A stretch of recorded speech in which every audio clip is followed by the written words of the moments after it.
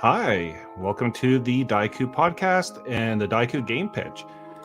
And joining me today is Ivris, who is going to be talking about Llamas, the new game that's kickstarting on February the 14th. And I just want to say, Ivris, welcome. Thank you. Hi. How's it going? Really good, really good. I'm excited to learn more about the game and all the little nuances that come with the game design process. So first of all, just tell us, what is Llamas? Drama Llamas. Well, the one-line pitch is it is a storytelling game about reality TV competitions with the surreal twist that everyone involved is a llama. You play as a llama who is a contestant on a reality TV competition show. The game is designed to cover all different types of competition shows. You've got a few images there as examples. You've got, a little bake-off inspired one, a little drag race inspired one, a little sort of Ninja Warrior inspired one. So I have to ask, A, are you a fan of reality shows? And then B, are you a fan of llamas? Yeah, I think I have somewhere else described myself as a RuPaul's Drag Race obsessive and reality TV apologist. Yeah, I do. I really like reality shows, and the llama angle. There are sort of game design reasons for that, but really, it's just comedy. Basically, is the short answer. Cool. Well, let's talk about the game itself. Sure. We mentioned it's a role play heavy game. So what do you mean by that? I mean, the game is 90% roleplay. There are no combat rules. You are in quite a closed environment of a TV studio. So it's 90% roleplay and about 10% strategy. So there are competitions. There is a win condition. I kind of advise people don't worry too much about winning the show, except in the sense that their llama would care about that. It's more of a roleplay prompt. But yeah, there is a winner of the competition show because it's a competition show. But yeah, it's like 90% just creating dramatic scenes and moments with your fellow contestants. And I assume there's a lot of laughs to be had during this process. Yeah, I have yet to have a playtest where I didn't cry laughing at some point. And it's not just because I find myself hilarious. It is chaotic, it is silly, it is designed to prompt and encourage chaos and for people to play these outlandish characters, which is exactly what you watch reality TV for. You watch it for, people who are a little out of the ordinary, behaving under extreme circumstances, behaving in a way they might not otherwise, Cool. So similar games, you mentioned Honey Heist and Brindlewood Bay, which both are kind of like those kind of fun, whimsical, kind of rules light games that you just get to kind of play in the moment. Mm-hmm. Have you played Honey Heist quite a bit? I've played Honey Heist a couple of times. I think I name Honey Heist when I talk about inspirations because really when I started out designing this game, I was trying to make something as sort of deceptively simple and like one page and sort of terse and easy to pick up as Honey Heist.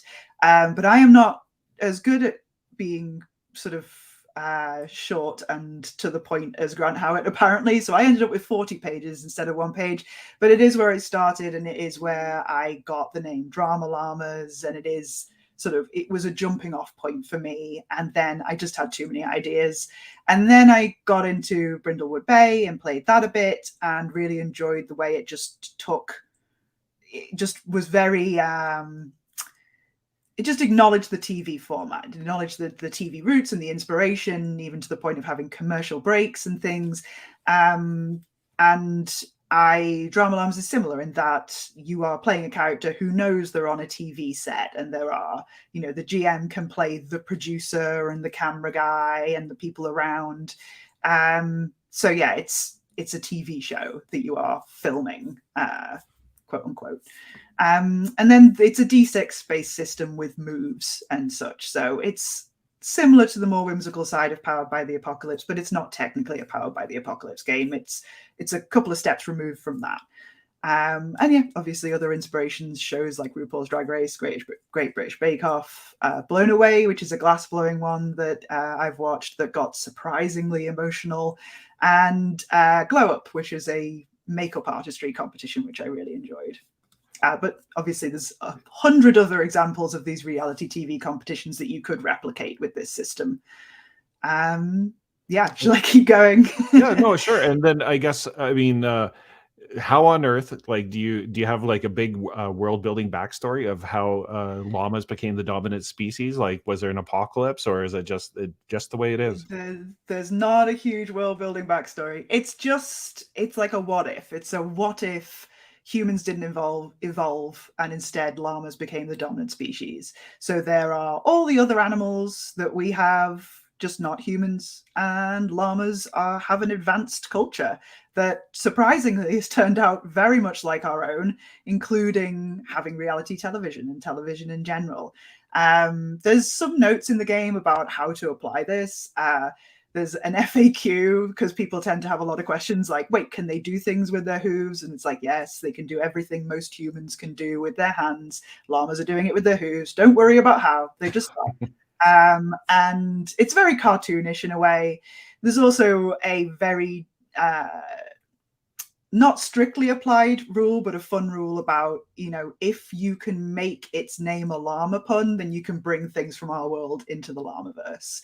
So we've had, celebrity names like Dustin Hoofman and, Llama Donna.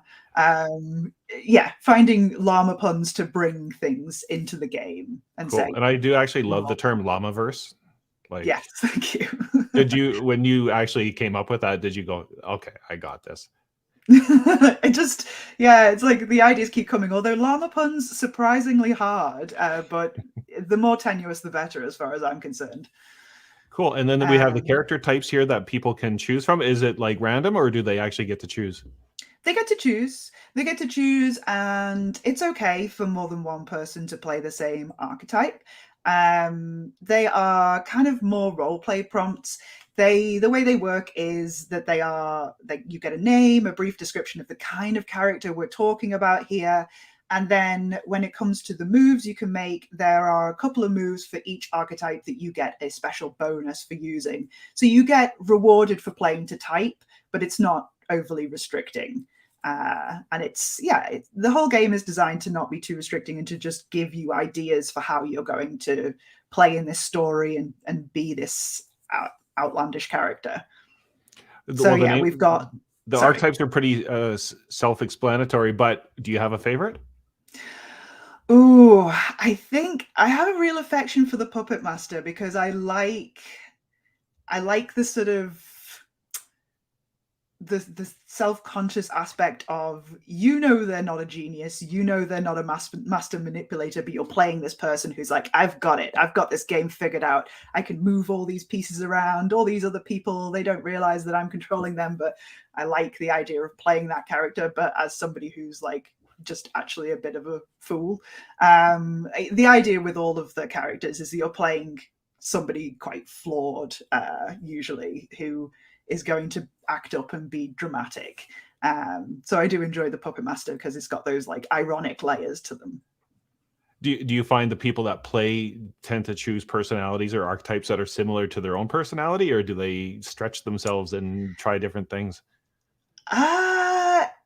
Yeah, it's interesting. No, I won't say the people who play people who are similar to themselves, because the game involves behaving quite badly, really. It involves creating drama, sabotaging your fellow players, all kinds of things that I wouldn't want to say that my players are like that in real life. That wouldn't be polite.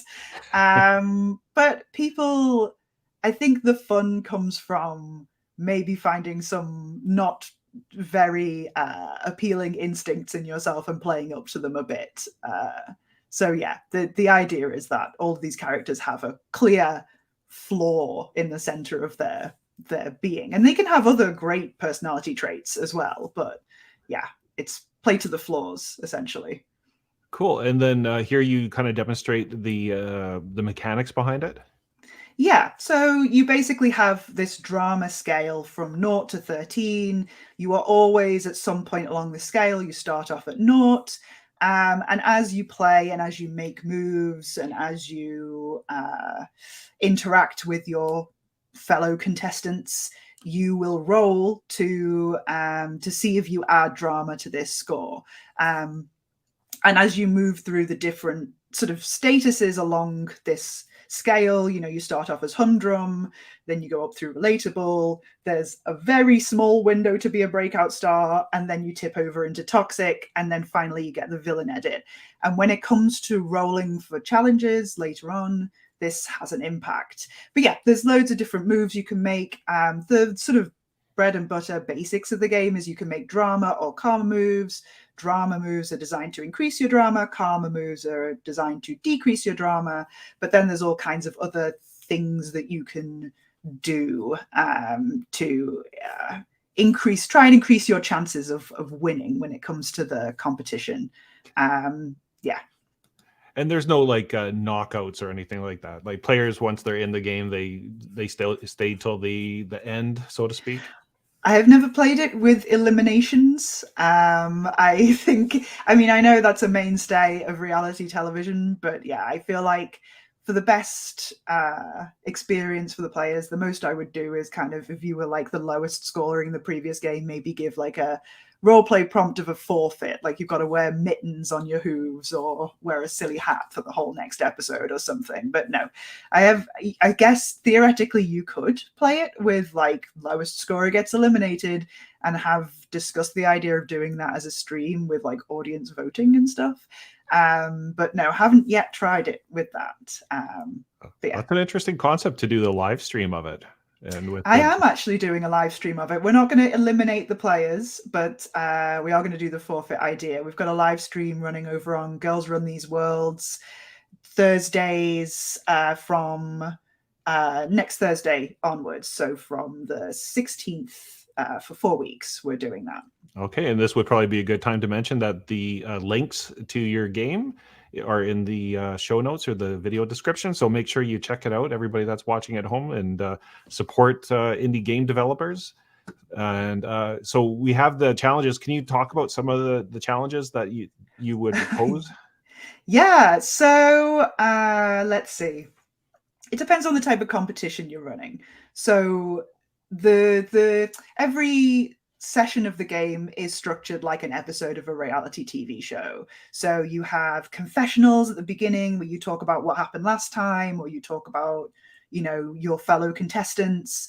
Then you have a host who comes in and gives you a challenge to work on.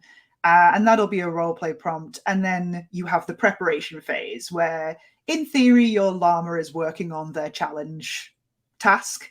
But also there will be interaction between the other contestants, like forming alliances, sabotaging each other, just going up and creating drama for the sake of drama because you want to increase your score, all of these things. So examples, I've run this as a Survivor style competition where one of the challenges was to build like a beach bar. I've run this as a cooking competition where one of the challenges was to make the best dish possible with grass as a principal ingredient. I've run this most recently as a kind of out there concept of a mini golf designers competition where we did like challenges where they had random items. Like one of them was a shopping trolley full of flip-flops that they had to turn into a golf course hole. So yeah, it's just a prompt, and then there's this preparation phase, and then there's a judgment phase where they describe what their llama did with this prompt and what they tried, and then they get to roll to see how well they did, and they get to add bonuses or negative modifiers based on whether they've been sabotaged, where their drama score is, and whether they have an alliance, things like that. Cool. Well, that sounds like a lot of fun, and gives you a lot of opportunity to improvise on the fly. And tell us about who's on your team here. Oh yeah, so Ivris Burke, that's me. And then I was fortunate enough to work with Hippolyta Fernandez, my Latin American-based editor, who was able to tell me about lots of other species of camelids that I could have been mentioning. She's great. And Alvaro Torres did all the wonderful art that you're seeing that I cannot thank him enough for. And of course, one of the stretch goals for the campaign, if it goes well, will to buy more of this wonderful stuff, which I could not be more happy with. So yeah, this is if you want to find out more, we've got the Kickstarter running from 14th February to 16th of March. So just like 3.5 days to go now. And I've got my website at buttonkin.com. I'm on Twitter as EvrisDMs or button_kin. More active on the EvrisDMs one because that's my kind of personal account. But yeah.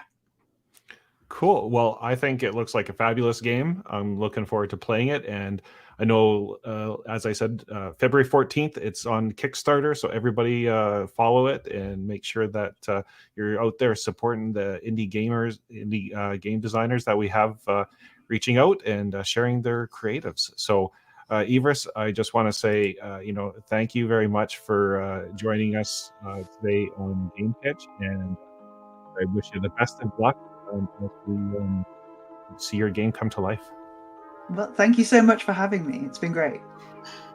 Great. And if you have a game that you want to pitch to the world, go to daikugames.com and tell them Game Pitch Gary sent you. Hey friends, are you looking for a game that is not Dungeons or Dragons? Well, we got exactly what you need at Daiku Game Pitch. We got zines, we got OSR, we got adventures. But wait, there's more. We got solo games, we got journaling games, we even got card games and dice games. Oh hell, I don't even know what kind of game this is, but we got it. And if you visit us in the next 2 minutes, you're gonna get all the Zine Quest, Zine Months, Itch Fund and Backer Kits, Kickstarters that you can't handle. Visit us at www.daikugames.com and tell them a Game Pitch Gary sent ya.